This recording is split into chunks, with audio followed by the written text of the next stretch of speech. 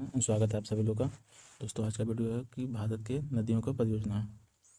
तो इसमें ये देखेंगे कि प्राचीन नाम जो था आधुनिक नाम में चेंजेस जो आए हैं, और साथ साथ में ये लोकेशन जियोग्राफिकल लोकेशन के अकॉर्डिंग हम लोग के जो भी रिवर है वो मैप के अकॉर्डिंग सब देखेंगे। जैसे देख सकते हैं सीक्वेंस में आपको दिखाया जा रहा है कि नंबर वाइज किया गया है कि लोकेशन के अकॉर्डिंग कौन कहाँ पे है। तो ये सब हम देखेंगे वीडियो में। और दोस्तों बता दें कि जो भी हमारा हमारा ये बंगाल की खाड़ी में नदियाँ गिरती हैं और जो भी अरब सागर में नदियाँ गिरती हैं, इनका भी नाम डिस्कस किया जाएगा सब डिटेल में। तो बने रहिए वीडियो में। स्टार्ट करते हैं वीडियो। हम नदियों का वर्गीकरण देखा जाए तो भारत में नदियों के समूह 4 समूहों में वर्गीकृत किया जा सकता है। जैसे कि फर्स्ट हम लोग का हिमालय से निकलने वाली नदियाँ, सेकंड जो है दक्षिण से निकलने वाली नदियाँ, थर्ड जो है तटवर्ती नदियाँ, और फोर्थ जो दोस्तों है अंतर्देशीय नालों से ध्रुवीय क्षेत्र की नदियाँ। तो ये 4 समूहों में विभाजित किया गया है जो भारत की नदियाँ हैं। तो अब लोकेशन में, अब जैसे मैप में आप लोग देख सकते हैं कि यहाँ से जो ऊपर जो है हम लोग की ये चिनाब नदी, फिर रावी नदी, सतलज नदी, फिर यहाँ से हम लोग की ये गंगा नदी सीधे आके कहाँ वेस्ट बंगाल में यहाँ पे गिर जाती है। वेस्ट बंगाल की खाड़ी में ये डेल्टा बनाती है यहाँ पे। और यहाँ देख सकते हैं यमुना नदी, जो यमुना नदी बाद में आके गंगा नदी में यहाँ पे मिल जाती है। तो और भी है कि यहाँ महानदी है, गोदावरी नदी, ताप्ती नदी और नर्मदा नदी, कृष्णा नदी, कावेरी नदी। तो अ, अभी नेक्स्ट देखते हैं। नेक्स्ट हम लोग का है, पहले देखते हैं आधुनिक नाम जो है, प्राचीन नाम जो था वो आधुनिक नाम में चेंज कर दिया गया। तो इसमें पहला था कुंभो, इसका आधुनिक नाम है कोदम। दूसरा है कुंभा, इसका काबुल आधुनिक नाम है। विस्ता का झेलम अभी हो गया आधुनिक नाम। जो पहले की नदियाँ थी इसको इस नाम से जाना जाता है, आज की नहीं, इसका अब चिनाब नाम से हो गया। पुरुषवी, इसका अब रावी नदी के नाम से जाना जाता है। नेक्स्ट देखते हैं। नेक्स्ट हम लोग का सतुर्दी, ये सतलज नदी से जाना जाता है। और ये नेक्स्ट है हम लोग का, नेक्स्ट हम लोग का बिपाशा है, जो बिपाशा ब्यास नदी के नाम से जाना जाता है। ये बहुत एग्जामों में क्वेश्चन में पूछा जाता है कि ये जितनी भी आधुनिक नाम जो है और प्राचीन नाम जो है ये बहुत ही इंपॉर्टेंट है, ताकि ये एसएससी के चाहे स्टेट पीसीएस कुछ भी कोई भी एग्जाम हो, ये इंपॉर्टेंट है कि ये क्वेश्चन यहाँ से जरूर बनाता है। तो ये जो बिपाशा वाला है इसको डबल टिक स्टार बना दीजिएगा, बहुत इंपॉर्टेंट है। नेक्स्ट देखते हैं। नेक्स्ट हम लोग का है सादानीरा, इसको गंडक नाम से जाना जाता है। दिति, इसका घाघरा नाम से जाना जाता है। गोमती का गोमल नाम से जाना जाता है। सुवास्तु का इसका स्वाद नाम से जाना जाता है।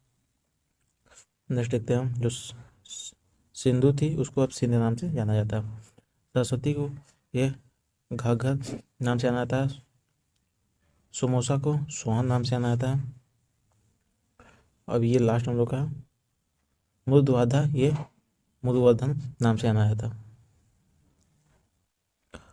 अब नेक्स्ट देखते हैं दोस्तों। नेक्स्ट हम लोग का है सिंधु नदी के बारे में। सिंधु नदी ये बहुत इंपॉर्टेंट है, सिंधु नदी से बहुत क्वेश्चन उठाता है। इसका जो अन्य नाम जिससे जाना जाता है इंदस नदी, ये इंदस नदी के नाम से जाना जाता है।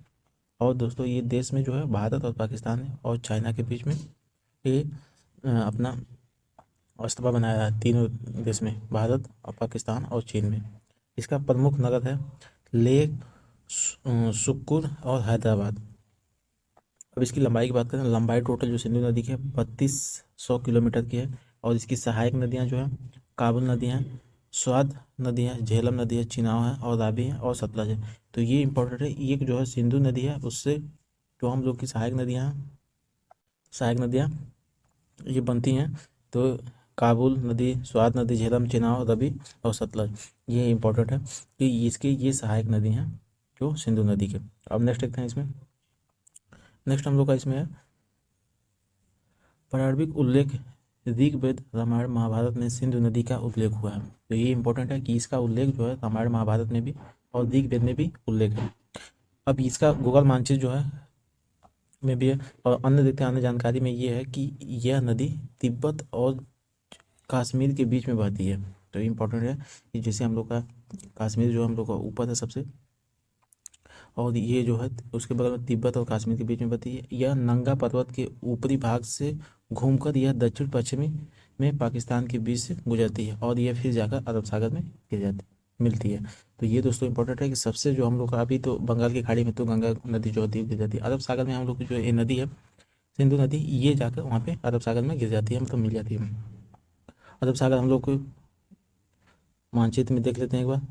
सो ये रहा हम लोग का मानचित्र, मानचित्र में देखते हैं ये अरब की जो सागर है ये इंदस रिवर यहाँ से आकर ऐसे ऐसे यहाँ पे गिर जाती है।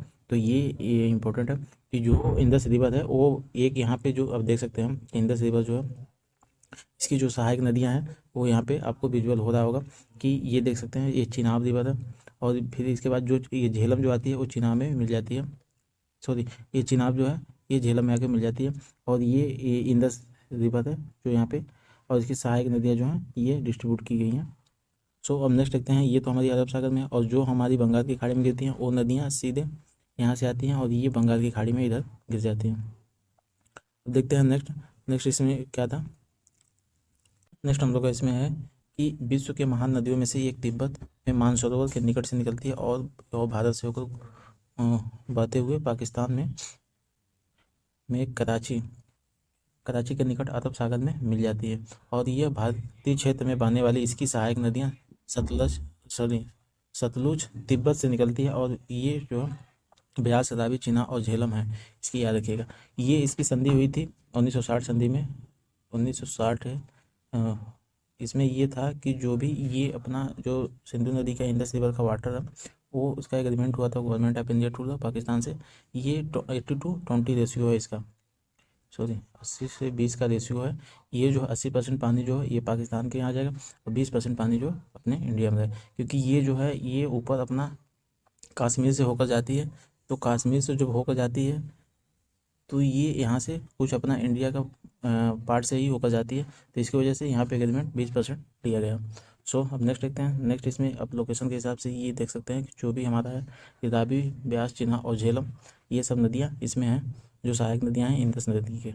अब नेक्स्ट देखते हैं, नेक्स्ट हम लोग का है गंगा रिवर। अब ये गंगा रिवर देखते हैं, गंगा के बारे में देखते हैं। गंगा जो है अब इसमें देखते हैं इंपॉर्टेंट पॉइंट, ब्रह्मपुत्र, मेघना और अत्यंत महत्वपूर्ण प्रणाली है जिसका उप दोड़ी क्षेत्र में भागीरथी तथा अलकनंदा में है, जो देवप्रयाग में मिलकर गंगा बन जाती है, और यह उत्तराखंड, उत्तर प्रदेश और बिहार और पश्चिम बंगाल से होकर गुजरती है।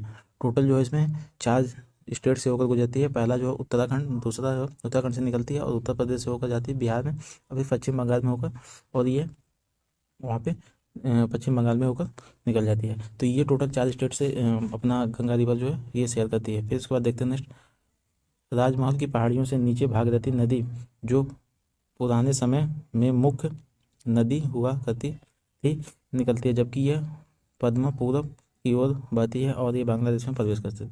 तो इसका ये है कि ये जो है अभी यहाँ इंडिया में रहती है तो इसको गंगा नाम से जाना जाता है, और ये जैसे अपना इंडिया छोड़ के बांग्लादेश में जाती है तो इसको पद्मा नाम से जाना जाता है। तो ये इंपॉर्टेंट पॉइंट है, ये देख सकते हैं। नेक्स्ट देखते हैं, नेक्स्ट जो हम लोग का ब्रह्मपुत्र नदी, ब्रह्मपुत्र नदी में देखते हैं इंपॉर्टेंट क्या है। ब्रह्मपुत्र नदी ये तिब्बत से निकलती है दोस्तों, ये इंपॉर्टेंट पॉइंट है, तिब्बत से निकलती है ब्रह्मपुत्र नदी अपनी, जहाँ इसे सोंगपो कहा जाता है, और ये लंबी दूरी की यात्रा कर भारत में अरुणाचल प्रदेश में प्रवेश करती है। अब दोस्तों ये रहा अपना मैप, सॉरी थोड़ा मैप, यहाँ अपना अरुणाचल प्रदेश है, यहाँ पे तिब्बत से होकर अरुणाचल प्रदेश में आती है।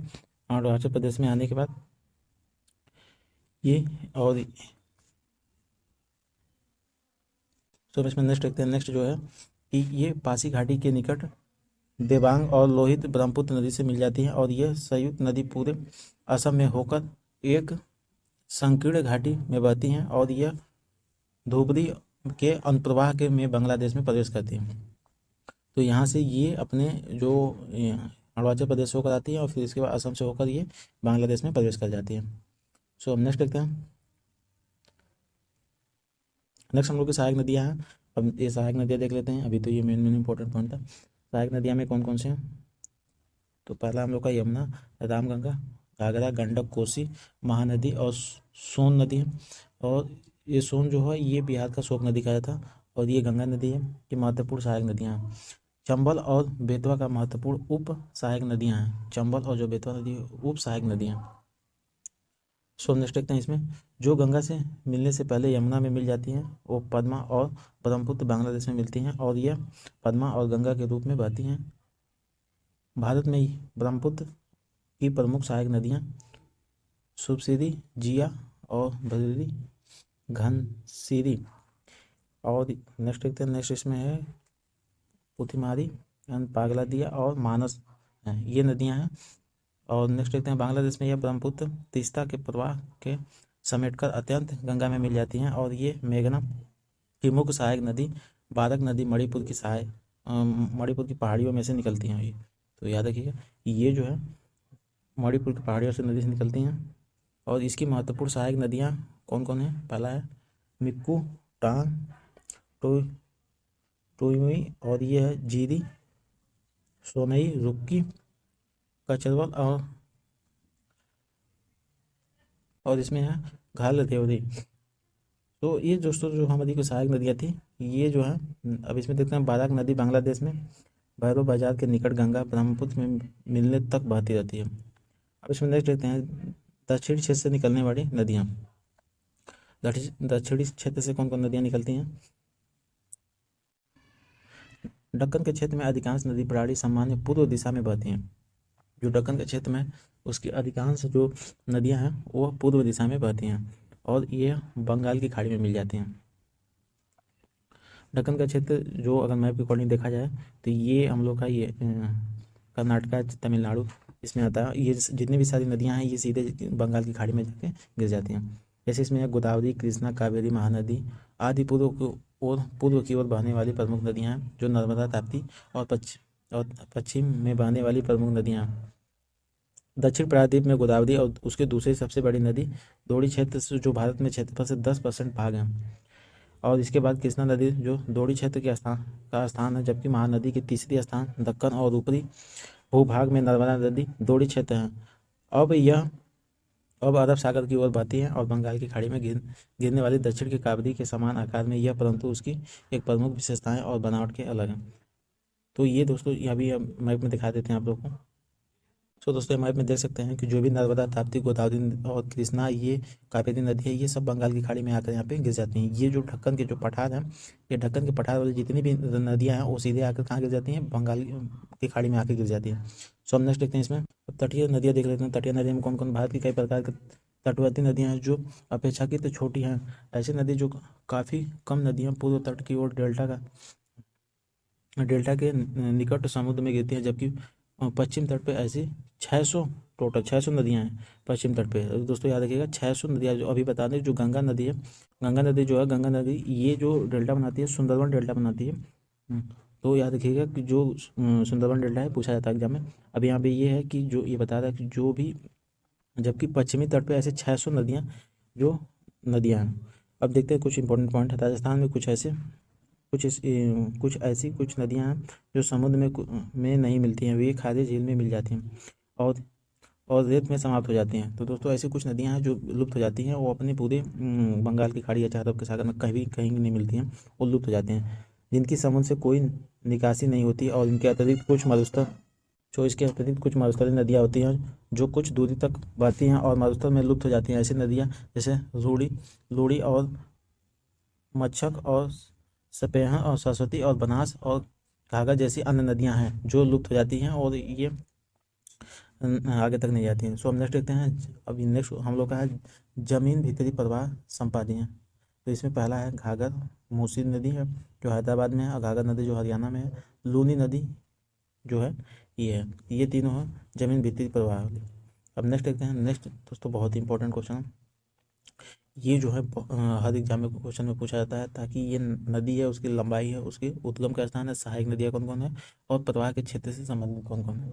तो पहला इसमें हम लोग का है सिंधु नदी। सिंधु नदी का देखते हैं, इसकी लंबाई जो है 2880 किलोमीटर है, और ये देखते हैं मानसरोवर झील के निकट तिब्बत। और इसकी जो सहायक नदी है सतलज, ब्यास, झेलम, चिनाब, रावी, सिंगार और गलगीत, शोक, ये है। और इसकी जो प्रवाह क्षेत्र है जम्मू कश्मीर, लेह, ये है। नेक्स्ट देखते हैं जो झेलम नदी है, ये इसकी लंबाई 720 है, और ये शेषनाग झील से निकलती है, और शेषनाग झील ये जम्मू कश्मीर से निकलती है, झेलम नदी है। और ये किशन गंगा, पूंछ और लिदार, करेवाल, सिंह, ये जम्मू कश्मीर से में होकर बह जाती है। कि सहायक नदियाँ, अब चिनाब नदी देखते हैं। चिनाब नदी की है 1180 यह बारालाचा दर्रे से निकलती है।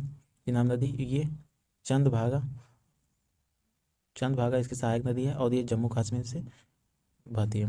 तो हम नेक्स्ट लेते हैं रावी नदी। रावी नदी 725 किलोमीटर है। ये रोहतक तथा कांगड़ से निकलती है और इसकी सहायक नदियाँ साहो, सोइल है, ये पंजाब में बहती है। नेक्स्ट क्वेश्चन है, सॉरी नेक्स्ट 5वां नंबर का सतलज नदी, ये 1440 है और ये मानसरोवर के निकट से निकलती है और इसकी जो सहायक नदी है ब्यास, रिप्ती और बसपा है और ये हिमाचल प्रदेश और पंजाब से बहती है।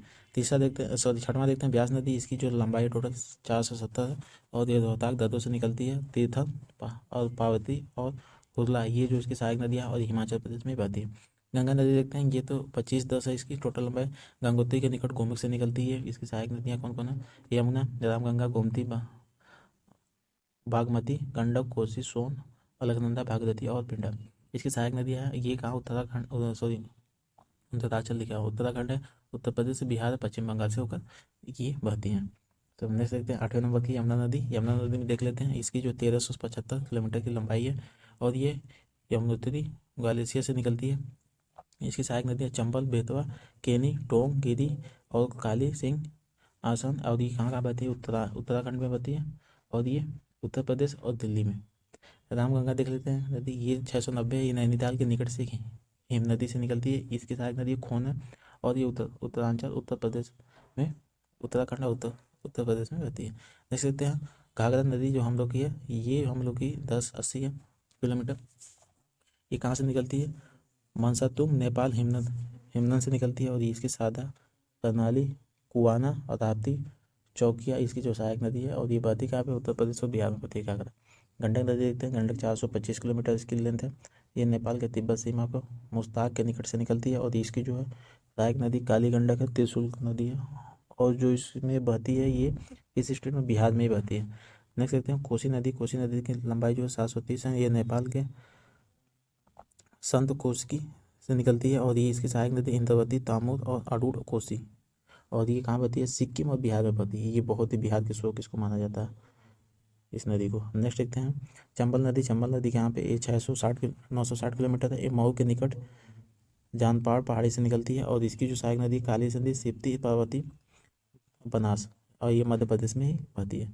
तो नेक्स्ट देखते हैं, नेक्स्ट बेतवा नदी देखते हैं। बेतवा नदी 480 किलोमीटर है। ये भोपाल के पास से उजबुल्लागंज के पास से निकलती है और ये मध्य प्रदेश में बहती है। सोम नदी देखते हैं। सोम नदी जो है 770 किलोमीटर अमरकंटक की पहाड़ियों से निकलती है सोम नदी और ये जो है रिहंद नदी है और सहायक नदी है कुन्हाड़। ये जो है ये दो टाइप की इसकी सहायक नदी है। रिहंद नदी पे रिहंद डैम बना हुआ है, याद रखिएगा, और ये मध्य प्रदेश और बिहार में बहती है। नेक्स्ट देखते हैं दामोदर नदी। ये 600 किलोमीटर की हाइट इसकी लंबाई है। इसकी जो कहाँ से निकलती है? छोटा नागपुर पठार से दक्षिण से निकलती है और ये सहायक नदी कोनार, जुमनिया, बराकर ये झारखंड और पश्चिम बंगाल में बहती है। हम नेक्स्ट देखते हैं ब्रह्मपुत्र नदी। ये 2880 है। ये मानसरोवर झील के पास तिब्बत से निकलती है और इसकी सहायक नदियाँ इसकी है घनसीरी, मानस, रोहित, नोआ, पद्मा और ये अरुणाचल प्रदेश और असम से निकलती है। नेक्स्ट हम लोग को 18 नंबर पे महानदी। ये महानदी जो है इसकी लंबाई टोटल 890 है। ये सोहमा के निकट रायपुर से निकलती है और ये सोयानाथ, हसदेव, ओग, हीवर, ब्राह्मणी ये सब इसकी सहायक नदियाँ ये मध्य प्रदेश, छत्तीसगढ़ और उड़ीसा में बहती है। अब नेक्स्ट देखते हैं हम लोग का बैतरणी नदी। ये 333 किलोमीटर है। कोझर के पठार से निकलती है और उड़ीसा में बहती है। इसकी कोई सहायक नदी नहीं है। हम नेक्स्ट देखते हैं सरवट रेखा। ये 480 किलोमीटर की इसकी लंबाई है। छोटा नागपुर पठार से निकलती है। इसकी कोई सहायक नदी नहीं। उड़ीसा, झारखंड और पश्चिम बंगाल में ये बहती है। गोदावरी नदी देखते हैं। गोदावरी नदी के इसकी टोटल लंबाई 1450 किलोमीटर है और ये जो है नासिक की पहाड़ियों से निकलती है। पहाड़ी पेनगंगा, वर्धा, वेनगंगा, इंद्र, मंजिलपुरम ये महाराष्ट्र, कर्नाटक, आंध्र प्रदेश से निकल बहती है। अब नेक्स्ट देखते हैं कृष्णा नदी। कृष्णा नदी देखते हैं। कृष्णा नदी जो हम लोग की 1290 किलोमीटर है। महाबलेश्वर के निकट से निकलती है कृष्णा नदी। इसकी सहायक नदी है कोयना, वर्ला, वरना, पंचगंगा, दो गंगा घाट और इसका ये मालप्रता भीम ये इस महाराष्ट्र, कर्नाटक और आंध्र प्रदेश में ये बहती है। कावेरी नदी देख लेते हैं। कावेरी नदी जो हम लोग की 760 किलोमीटर की हाइट, सॉरी इसकी लंबाई है और ये केरकारा के निकट ब्रह्मगिरी से निकलती है और इसकी सहायक नदियाँ हैं हेमावती, लोकपावना और शिमला, भावनी, अमरावती और सरस्वती। ये कहाँ बहती है? कर्नाटका और तमिलनाडु में बहती है।